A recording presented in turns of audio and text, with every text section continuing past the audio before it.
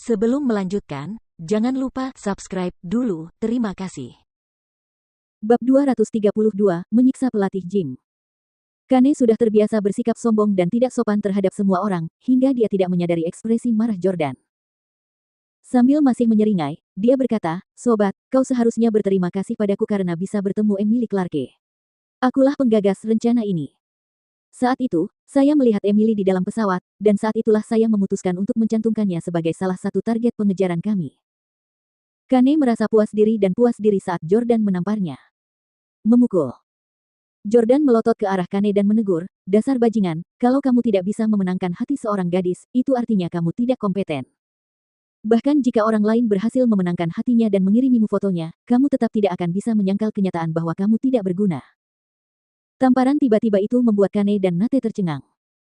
Baru saja mereka mengira Jordan adalah teman Chaiden dan salah satu dari mereka. Kane menutupi mukanya dan tiba-tiba menunjuk ke arah Jordan, sepertinya dia tiba-tiba tersadar setelah ditampar. Dia membentak, "Oh, aku sudah lama mengenalimu. Kau bukan teman Chaiden. Pada hari pernikahan Chaiden, kau pergi ke vilanya untuk membuat keributan." Mendengar kata-kata Kane, Nate teringat kejadian itu. Saat itu, Jordan menerobos masuk ke villa dengan sandalnya dan langsung berhadapan dengan Chaiden. Sane bahkan sempat bertukar pukulan dengan Jordan. Andaikan saja Hailey tidak tiba-tiba turun tangan dan mengajak Jordan keluar. Kalau begitu, entahlah bagaimana perkelahian antara Sane dan Jordan akan meningkat. Nate melirik Jordan dengan jijik dan berkata, "Apakah kamu mantan pacar istri Chaiden? Oh, sahabatku merebut pacarmu. Kamu yang tidak kompeten. Ya, kau pecundang yang tidak punya uang. Siapa kau yang berani memukulku? Pelatih gym. Pelatih Kal." Kane juga ingat bahwa Jordan tidak memiliki latar belakang yang kuat. Kalau tidak, dia tidak akan membiarkan pacarnya direnggut oleh Chaiden. Karena itu, dia mulai berteriak keras. Tak lama kemudian, dua pelatih berotot yang tingginya hampir 1,9 meter berjalan mendekat. Mereka adalah pelatih gym dan pelatih Kal, pelatih pribadi Kane dan Nate. Umumnya, pusat kebugaran akan mempekerjakan pelatih yang berbadan kekar untuk menarik lebih banyak orang mendaftar kelas. Para pelatih ini tidak hanya tinggi, tetapi mereka juga berotot dan tampan.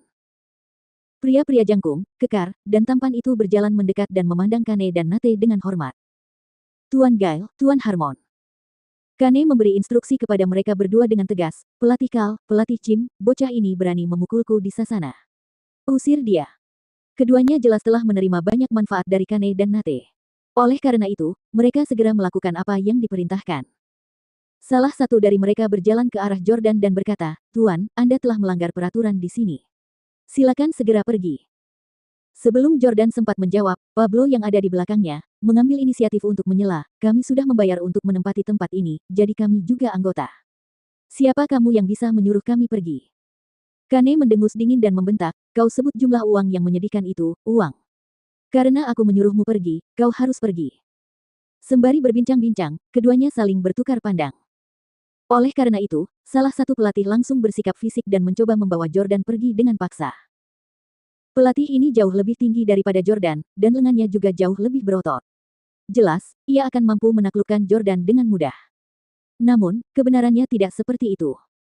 Tepat saat sang pelatih hendak meraih Jordan, Jordan malah menangkapnya dan menjegalnya, menyebabkan dia terjatuh ke tanah.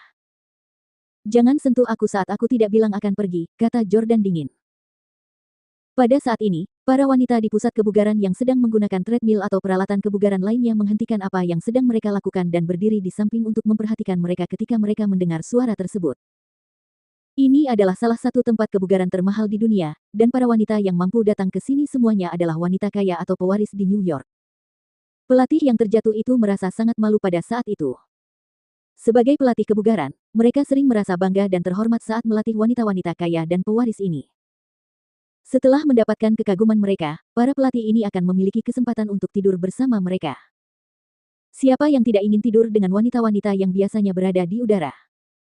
Namun, Jordan telah menyebabkan dia berada dalam keadaan yang memalukan. "Pang, aku sudah cukup baik untuk tidak mempermalukanmu, tapi kau masih saja ingin bersikap keras kepala, ya? Baiklah, karena kau tidak tahu apa-apa, aku tidak akan mengasihanimu." Sang pelatih yang tertabrak pun segera bangkit. Ia segera menyerang Jordan, yang lebih tinggi dan lebih kekar darinya. Namun, dengan dorongan dan tarikan ringan, Jordan dengan mudah menjatuhkannya ke tanah lagi. Wah, orang ini sangat mengesankan. Tapi dia tidak terlihat berotot. Seorang gadis yang berada di kejauhan sangat terkejut. Jordan tak kuasa menahan diri untuk menggelengkan kepalanya. Memang, sang pelatih lebih tinggi dan kekar darinya, tetapi ia dapat dengan mudah mengalahkannya dalam pertarungan. Otot para pelatih kebugaran ini diperoleh melalui makan dan latihan keras di pusat kebugaran. Namun, keterampilan Jordan terasah di medan perang. Bagaimana keduanya bisa sama? Dapat dikatakan bahwa pelatih kebugaran ini tidak pernah bertarung sama sekali, tidak seperti Jordan yang bertarung secara teratur dan telah mengalami banyak situasi hidup dan mati. Jordan berkata, orang-orang sepertimu mungkin menakut-nakuti anak-anak yang belum pernah bertarung sebelumnya dan membujuk wanita yang tergila-gila pada laki-laki. Tapi kau bukan siapa-siapa bagiku.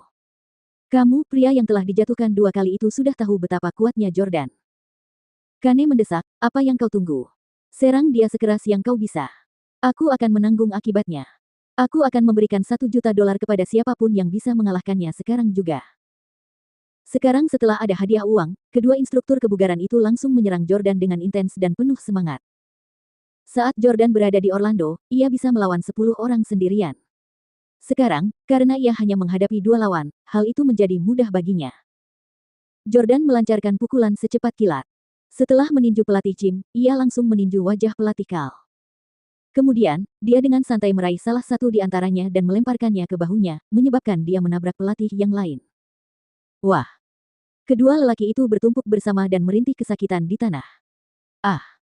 Kedua pelatih kebugaran yang tinggi dan kekar itu menjerit kesakitan di tanah. Para wanita di samping berteriak tak henti-hentinya, bukan karena takut, tetapi karena mereka tergila-gila pada betapa lembutnya Jordan saat dia menjatuhkan mereka. Hai, kawan, kamu benar-benar ramah. Ayo jadi pelatih pribadi kami. Aku bersedia membayarmu $2.000 per sesi. Aku juga ingin belajar darimu. Bisakah kau datang ke rumahku dan mengajariku? Jordan berbalik untuk melihat wanita-wanita itu, sambil berpikir bahwa mereka berkata tidak masuk akal. Pablo tahu bahwa Jordan sangat kuat dan kedua pelatih itu sama sekali bukan tandingannya. Oleh karena itu, ia tidak ikut campur dan memukulnya. Melihat Jordan telah menyelesaikan penampilannya, dia akhirnya berkata kepada 2 instruktur yang tergeletak di tanah. Apa yang kalian tunggu? Cepatlah pergi.